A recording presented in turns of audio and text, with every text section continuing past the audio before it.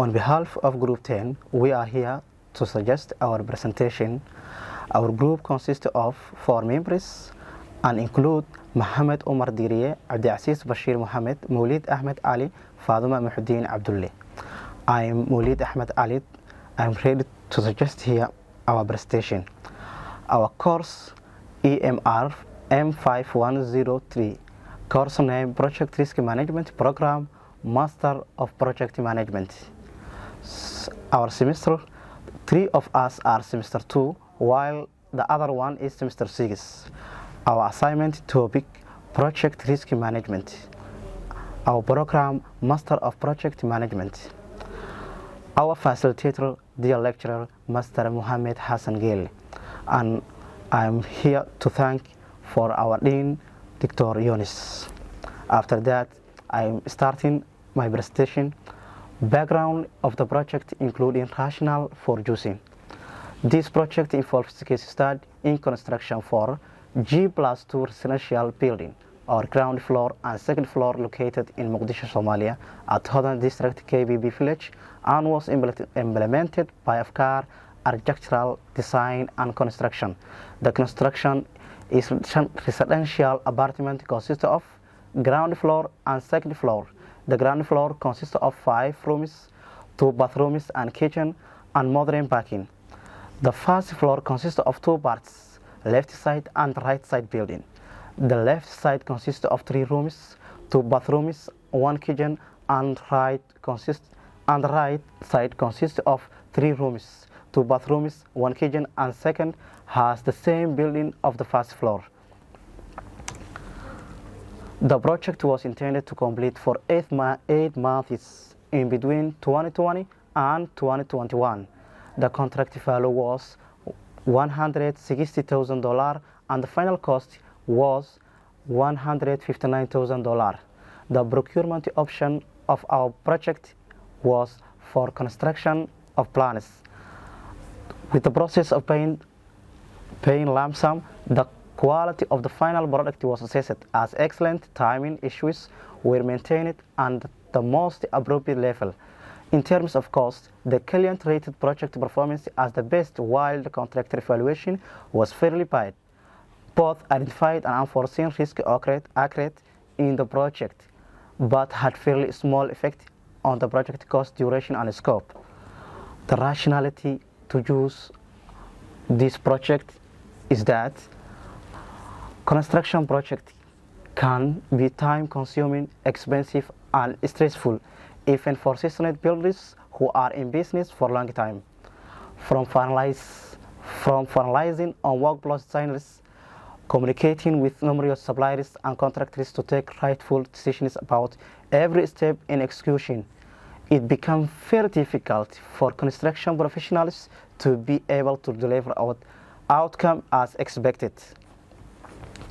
Afkar Architectural Design and Construction is a part of Somali companies intended to take part of construction, particularly Mogadishu City. The company implemented a lot of construction projects in the country. Therefore, as we are a group of UM team, we prefer to discover as a research how possible they are do the construction satisfied by customers. That's the end of my part, and I like to welcome my dear sister, Dr. Faduma Muhuddin Abdulle, in order to continue our assignment presentation. Bismillah ar-Rahman ar-Rahim. Assalamu alaikum wa rahmatullahi wa barakatuh. I'm Dr. Faduma Muhuddin Abdulle. Here I would like to present a presentation about risk management and assignment, and especially the risk identification. And for this project, you know, risk identification is the first step or the early stage of the risk management plan. And the purpose of risk identification is to achieve the project goal and the performance. And there are 4 elements of risk management. There are 4 risky elements, which are the type or the kind, the risk factor or the cause, the impact or the result of the risk and the probability of occurrence of that risk. And mostly the construction companies or construction projects, there are many types of risks, like managing disorder, unknown off-site condition, and change in construction design. And in our project, we have identified and mostly the safety hazard and poor written contract, and cost went up. So our cost was very low. In the risk types or the categories, there are a lot. There are several risk categories or risk types. Mostly they are quality or technical or performance risks, requirement risks, product or technology risks, schedule risk, organizational risk.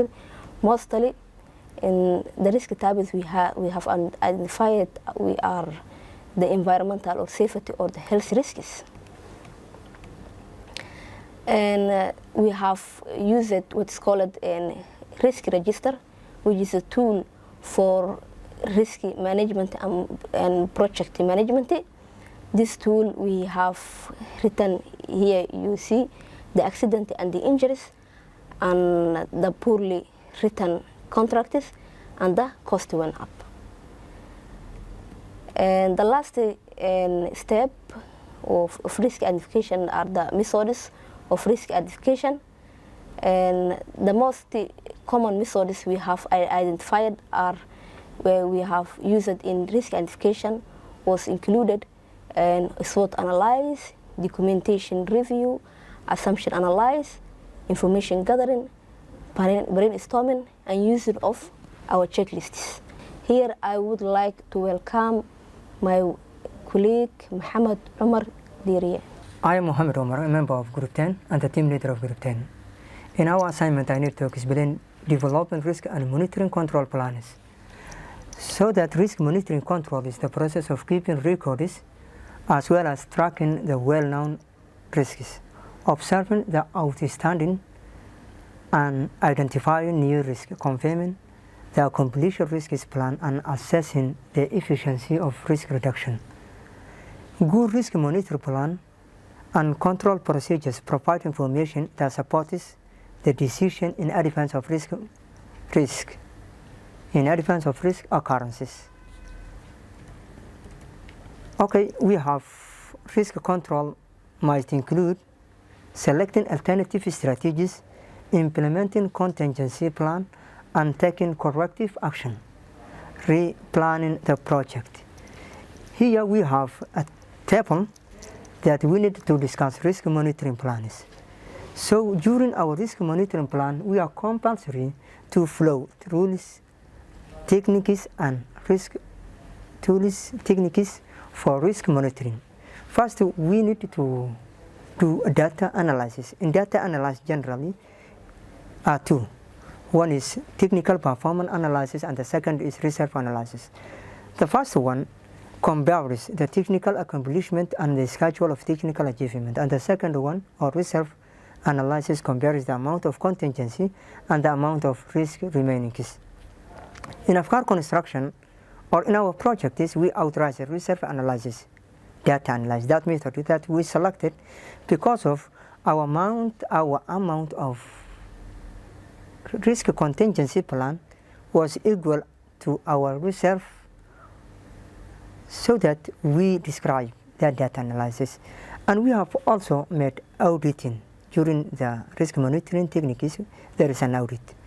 So audit is responsible for daily routine project review and risk audit meeting.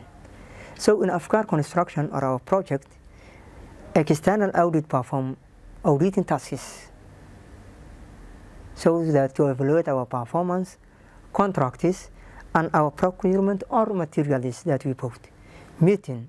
The risk review may conducted periodic project status meeting. A dedicated risk review meeting must help a specific risk management plan. That generally I explained that.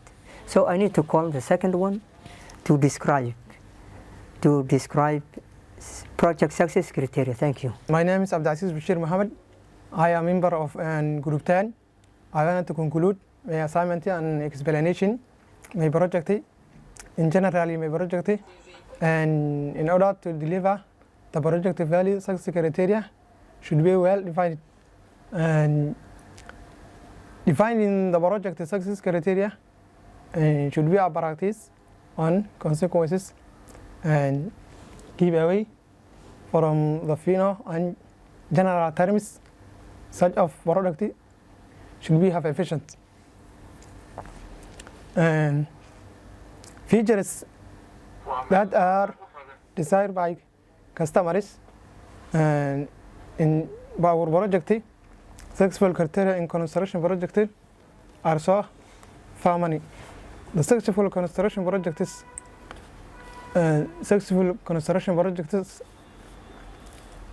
criteria construction project of successful are so far many and such as time, cost, quality, safety, and client satisfaction, employee satisfaction, cash flow, and probability of environmental performance.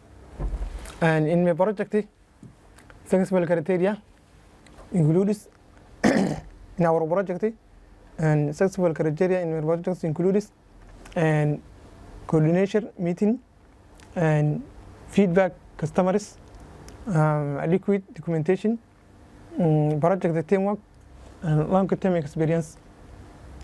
And thank you.